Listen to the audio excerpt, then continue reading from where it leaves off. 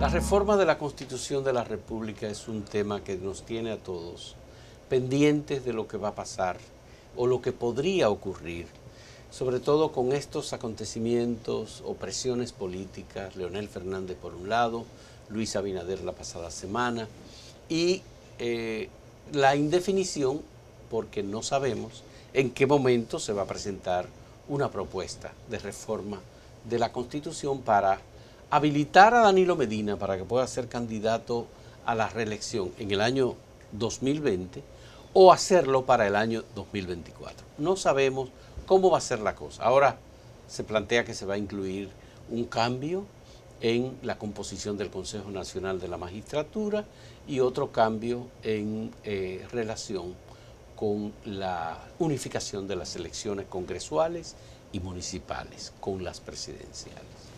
De estos temas queremos conversar con un invitado especial en este caso, un abogado constitucionalista, el más reconocido de los abogados constitucionalistas de República Dominicana, el profesor Eduardo Jorge Prats, abogado en ejercicio y al mismo tiempo analista y articulista semanal también en Acento y en el periódico Hoy. Gracias, Eduardo, por aceptar esta invitación. ¿Qué va a pasar con lo de la reforma constitucional? ¿Tú crees que hay oportunidad en términos de plazos, de tiempo, en este momento para que se introduzca el tema y se pueda realizar? Bueno, ante todo debemos definir lo que es una reforma. Una reforma viene siendo a la Constitución lo que es una operación quirúrgica, una cirugía mayor, corazón abierto. Es una intervención que se hace al documento normativo más importante que es la Constitución. Hay unos plazos, hay unas mayorías agravadas que deben reunirse para poder modificar la Constitución. La rapidez de la reforma depende mucho del nivel de consenso que exista entre las fuerzas políticas, principalmente las que tienen representación congresual.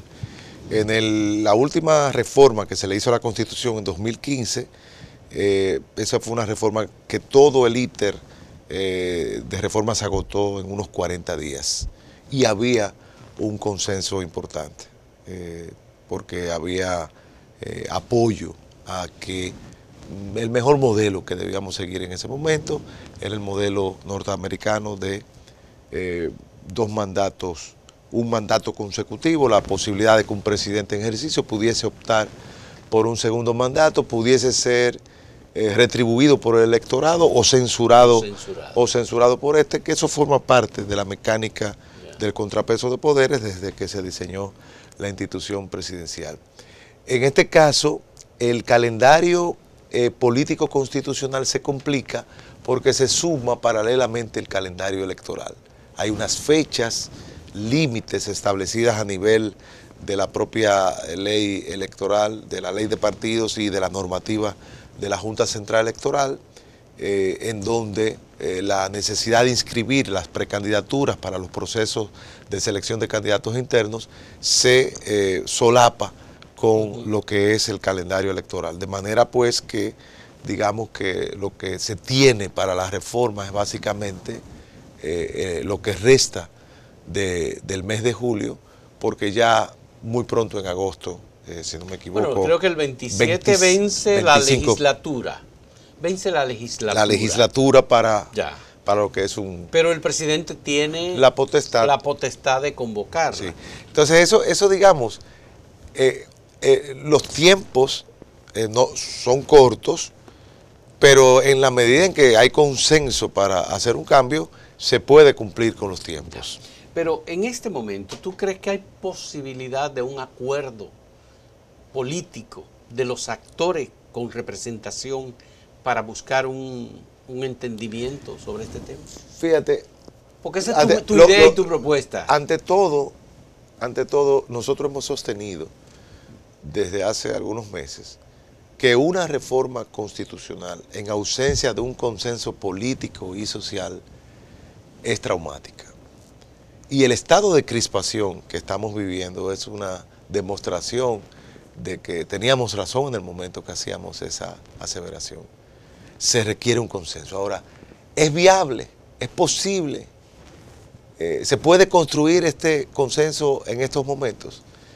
aquí hay que acudir a Gramsci, que nos permite entender la política contemporánea. Sí. Gramsci ha sufrido una cirugía plástica, un rejuvenecimiento, porque los últimos acontecimientos, el ascenso de los populismos, etcétera, han hecho repensar lo que es la hegemonía cultural.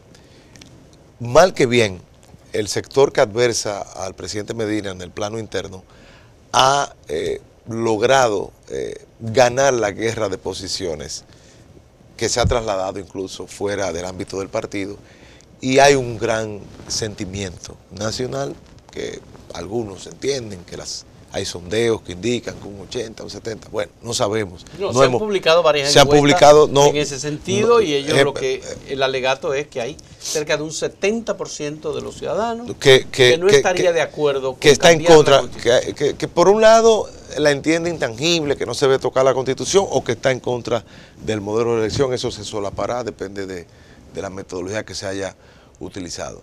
Entonces, realmente se hace difícil. Se puede construir, pero esto se complica por lo siguiente. Primero, nosotros señalábamos, no ha habido un pronunciamiento oficial de la dirigencia del Partido de la Liberación Dominicana sobre estos aprestos. ¿No se puede considerar oficial el pronunciamiento de 22 miembros del comité político?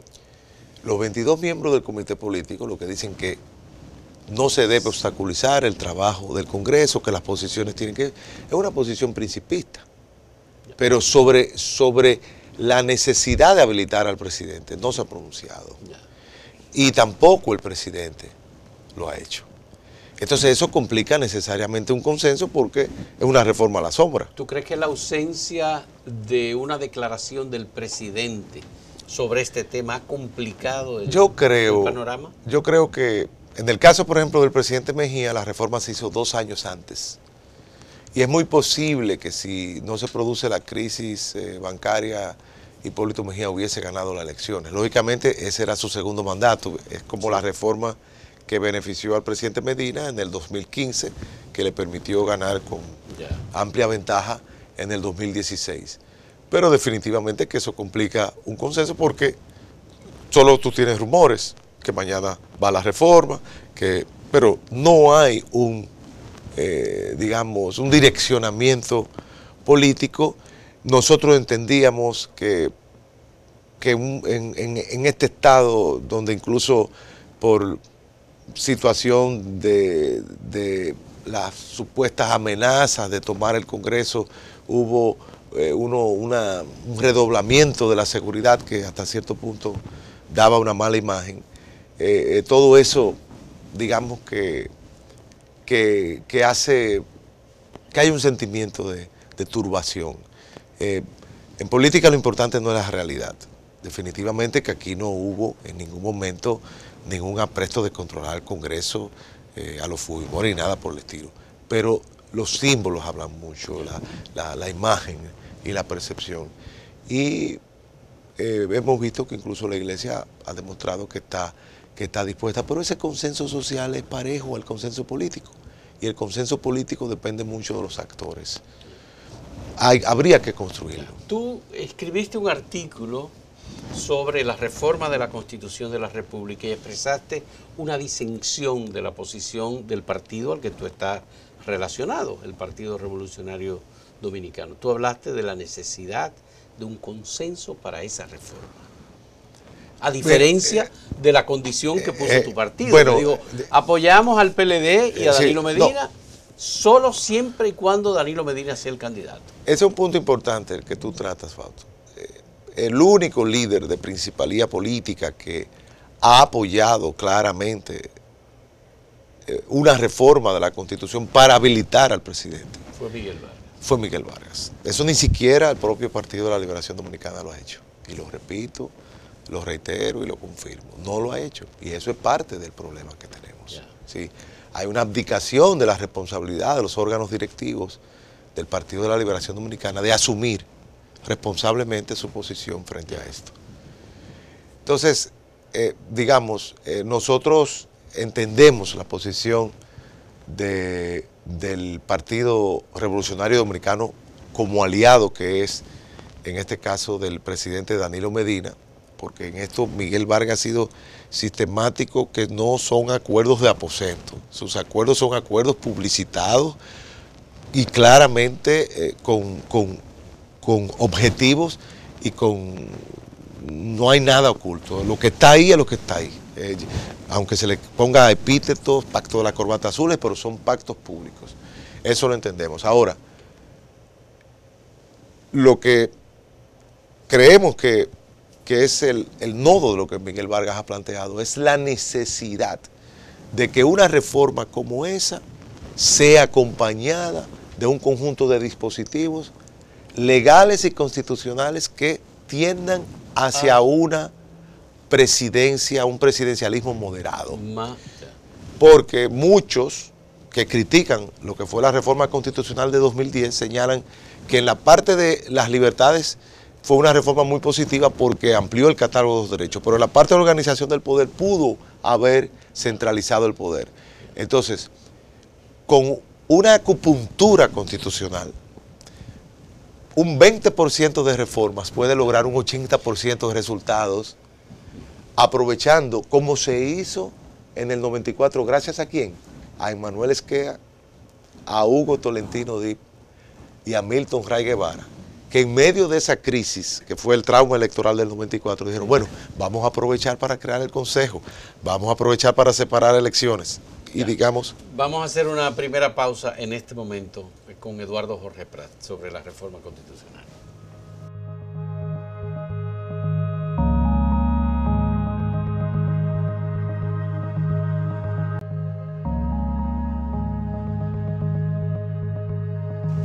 Eduardo, y ampliar las temáticas que se introducirían en la Constitución o que modificarían la Constitución, ¿no crea nuevos problemas?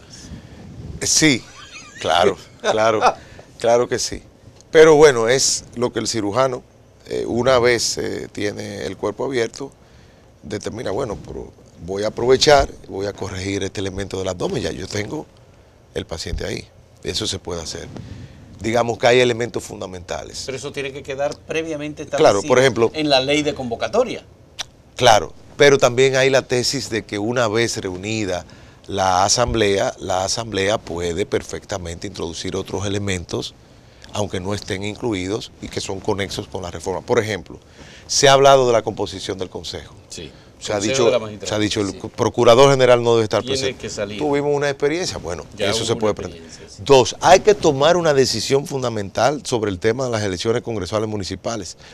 Yo siempre fui partidario de las elecciones separadas, pero honestamente, ponerla en febrero y ponerla en mayo no hace sentido. El agua tibia se vomita.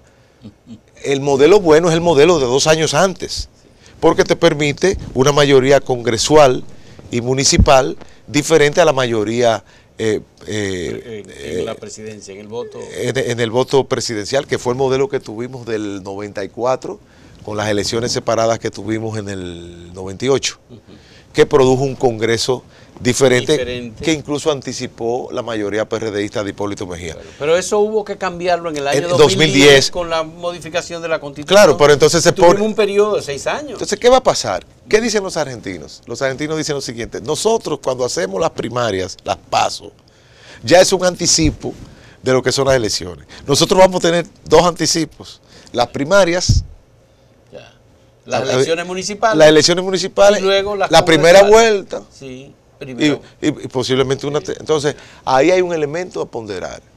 Además, un elemento que puede descomprimir una situación de unas elecciones inminentes y una situación presupuestaria y logística de la Junta Central. Eduardo, en el caso de que se produjese la modificación constitucional como viniese, no importa, aparece ahora un grupo de prestigiosos abogados como Romero Confesor, Abel Rodríguez del Orbe, que han señalado la posibilidad de someter a la justicia a los gestores del proyecto de reforma, debido a que supuestamente actuarían comprando voluntades. ¿Es eso posible jurídicamente? Bueno, si se comprueba efectivamente que ha habido soborno, cohecho para impulsar la reforma. Están tomando, por ejemplo, declaraciones de un diputado de San Cristóbal que dijo, usted sabe cómo es que se hace el cambio de la Constitución. El poder no se desafía. En materia penal hay libertad de pruebas. El informativo, o sea, el testimonio es una de las pruebas. Hay prueba escrita, prueba oral, pero eso tiene que probarse. Claro. ¿Hay algún antecedente en ese sentido en algún país de América Latina? Bueno, el único... Impugnar una reforma... Lo único que yo conozco es en el caso colombiano que hubo una anulación de una de las reformas precisamente por estar viciada por esos elementos extraños al proceso constituyente. Hay ejemplos. Hay ejemplos. Hay ejemplos. No son muchos, pero hay ejemplos. Pero eso forma parte precisamente de la ausencia. Es que tú no puedes imponer una reforma. Claro, a mí no me cabe duda de que el presidente Medina está en posibilidades perfectas de lograr una mayoría política en ambas cámaras con un acuerdo partidario. Pero aún haciéndose la reforma... Pero ese acuerdo partidario no es posible. Ahora. Por el momento no es posible. Pero vamos a suponer que se tenga ese acuerdo. Falta el consenso social. Sí, pero además eso se podría grabar este miércoles con la presencia de Leonel Fernández ya en las mediaciones en el entorno del Congreso Nacional. Claro. Él va a ir a firmar, él y sus seguidores, un libro de rechazo a la reforma constitucional. Sí, saliéndonos un poco de la lógica jurídica, sí, Fausto, es que aquí estamos en presencia de lógicas diferentes.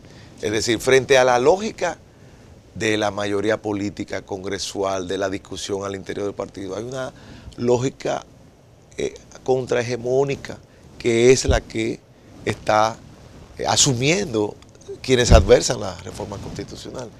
Y no se puede negar que eso tiene definitivamente penetración en un mercado electoral cada día más joven, un mercado electoral que ve lo que son las protestas en Hong Kong, que está comunicado.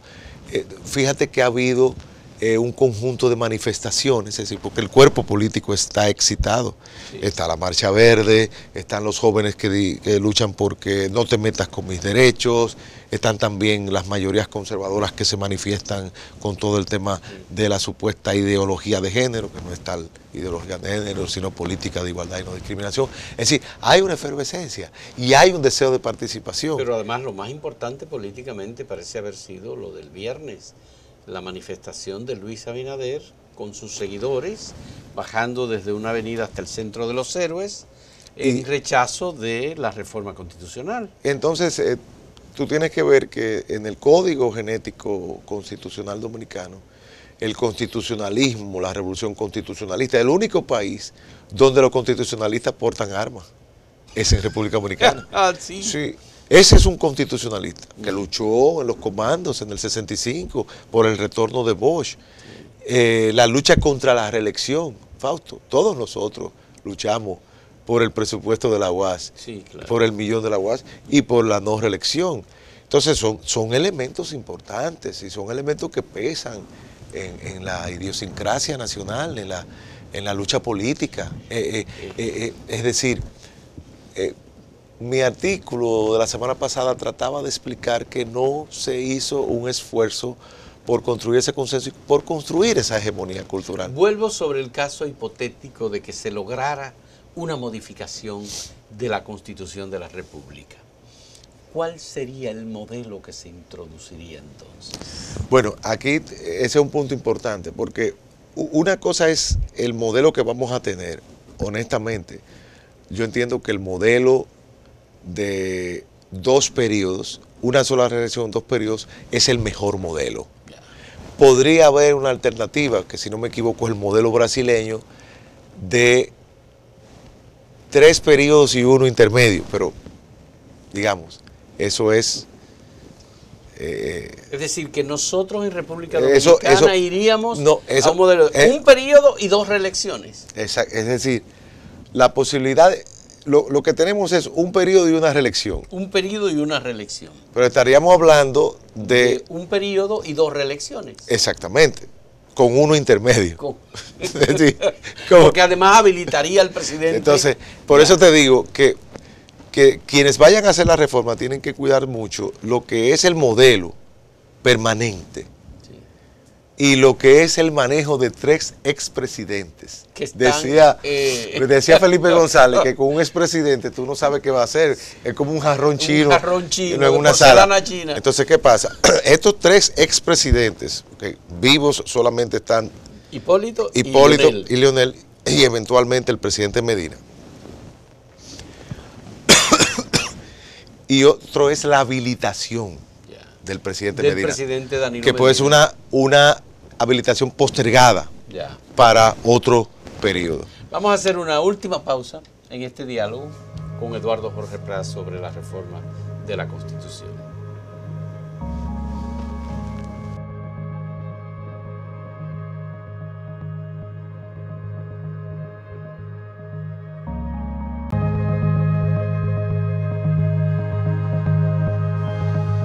Eduardo, como abogado constitucionalista que tú eres, ¿es la incertidumbre política en la que estamos un escenario adecuado para una reforma, propicio para una reforma constitucional, aún sea para tratar un solo punto? Una reforma constitucional puede ser la salida a una crisis, como lo fue en el 94. No, lo fue en el año 94, cierto. Lo que pasa es que ahora la crisis es producida por el deseo de hacer una reforma. Sí. Que son elementos... Son lecturas distintas. Son elementos diferentes. Es decir, lo que produce... El rechazo a la reforma... Es decir, en el 94 la crisis era el fraude electoral. Y la reforma fue la salida a ese trauma electoral. Ahora, la situación de crispación, que todos los analistas señalan que existe, la produce el deseo de reformar la Constitución para la habilitación del presidente Medina. Entonces, esto hace más acuciante la necesidad de lograr ese consenso político y social. Pero tú tienes razón, un paciente, un cuerpo político nacional, en una situación donde no se han estabilizado los signos vitales, no es el mejor ambiente para una reforma. Y puede crear, digamos, tiene efectos secundarios. Entonces, en caso de que no se pueda dar esa reforma, obviamente que hay un cambio en el escenario político. Sí, y definitivamente yo estoy convencido que el elemento que puede estabilizar el sistema ahora mismo es la intervención del presidente de la República, en su triple condición de líder partidario, jefe de Estado y jefe de gobierno. Cuando tú dices intervención, tú te refieres a que él hable y aclare su punto de vista. Claro. Y no se puede tomar lo que él dijo a Mike Pompeo, el secretario de Estado de Estados Unidos, con quien habló la pasada semana, y él dijo, yo todavía no he tomado una decisión. Bueno, sobre el tema. Cuando la tome, porque el país tiene mucho tiempo esperando su posición. Es una posición importante.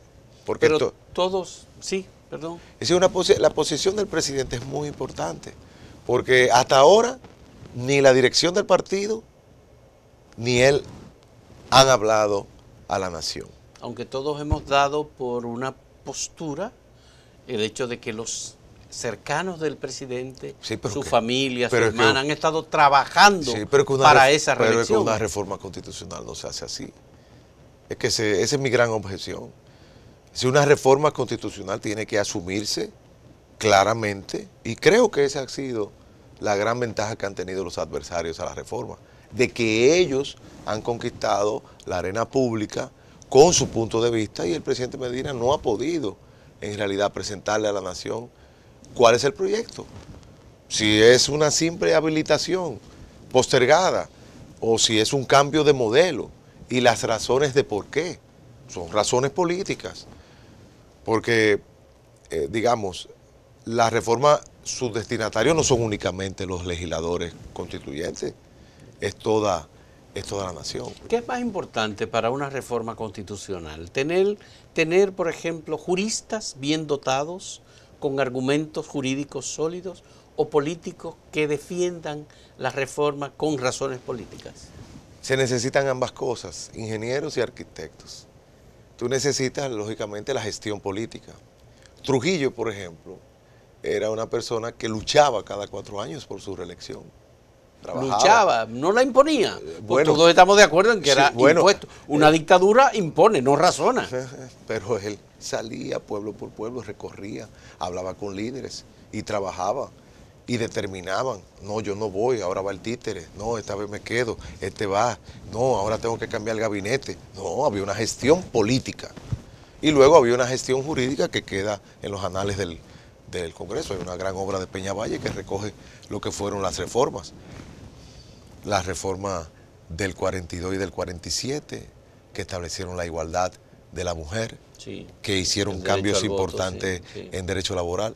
La reforma constitucional del 55, con todo un catálogo de derechos sociales, que serían los que finalmente fueron incorporados a la Constitución del 63. Es decir, tampoco se vaya a pensar que Trujillo, que era un dictador, sus reformas eran reformas, no. Y esas reformas todavía Pero hoy. entonces no es posible que en el siglo XXI estemos haciendo un intento de reforma en esta condición. Pero eso es lo que yo digo. Yo digo, pero hasta Trujillo se tomaba el cuidado de crear un consenso y de construir una hegemonía. Yo sé que lo que digo resulta contraintuitivo y hasta molestoso mi insistencia en esto, pero es que no, es que no. Es que no es solamente la imposición de mayorías, la construcción de mayorías. Es que tú tienes que convencer con razones. La democracia es dar razones. La democracia es deliberativa. Tú tienes que tratar, y el escenario no. Ese escenario ha estado conquistado por las fuerzas políticas opuestas. Que en una última etapa han salido a las calles. Claro, y ahora con una confluencia porque el partido de oposición, El PRM. el PRM, el mayor partido de oposición, básicamente el liderazgo de Luis Abinader, se ha sumado a esa corriente. Pero ya, digamos que las fuerzas internas, que pueden ser minoritarias, no me cabe duda que pueden ser minoritarias en los órganos de dirección e incluso en las bases del partido. Te anoto un fenómeno político importante. Este debate y esta discusión sobre el tema constitucional ha opacado el otro fenómeno de Odebrecht Punta Catalina, que ya no hablamos de él tan abiertamente porque realmente está en un segundo o tercer lugar. Sí, definitivamente este es el tema que ha copado. O sea, ahí hay una gestión política y una gestión mediática en los adversarios de la reforma. Y yo pienso que el gobierno ha perdido protagonismo y durante 2 meses ha estado en una situación de reacción frente a los acontecimientos. Y te voy a decir lo siguiente, el mayor activo del gobierno de Danilo Medina es Danilo Medina.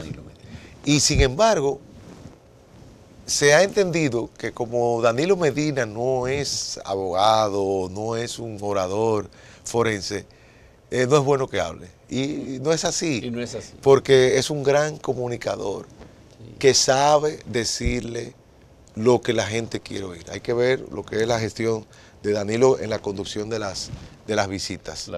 Él habla mucho. Habla sin guión, se comunica y la gente entiende. Pues bien, yo creo que el pueblo dominicano quiere que el presidente hable. Bueno, vamos a esperar que lo haga.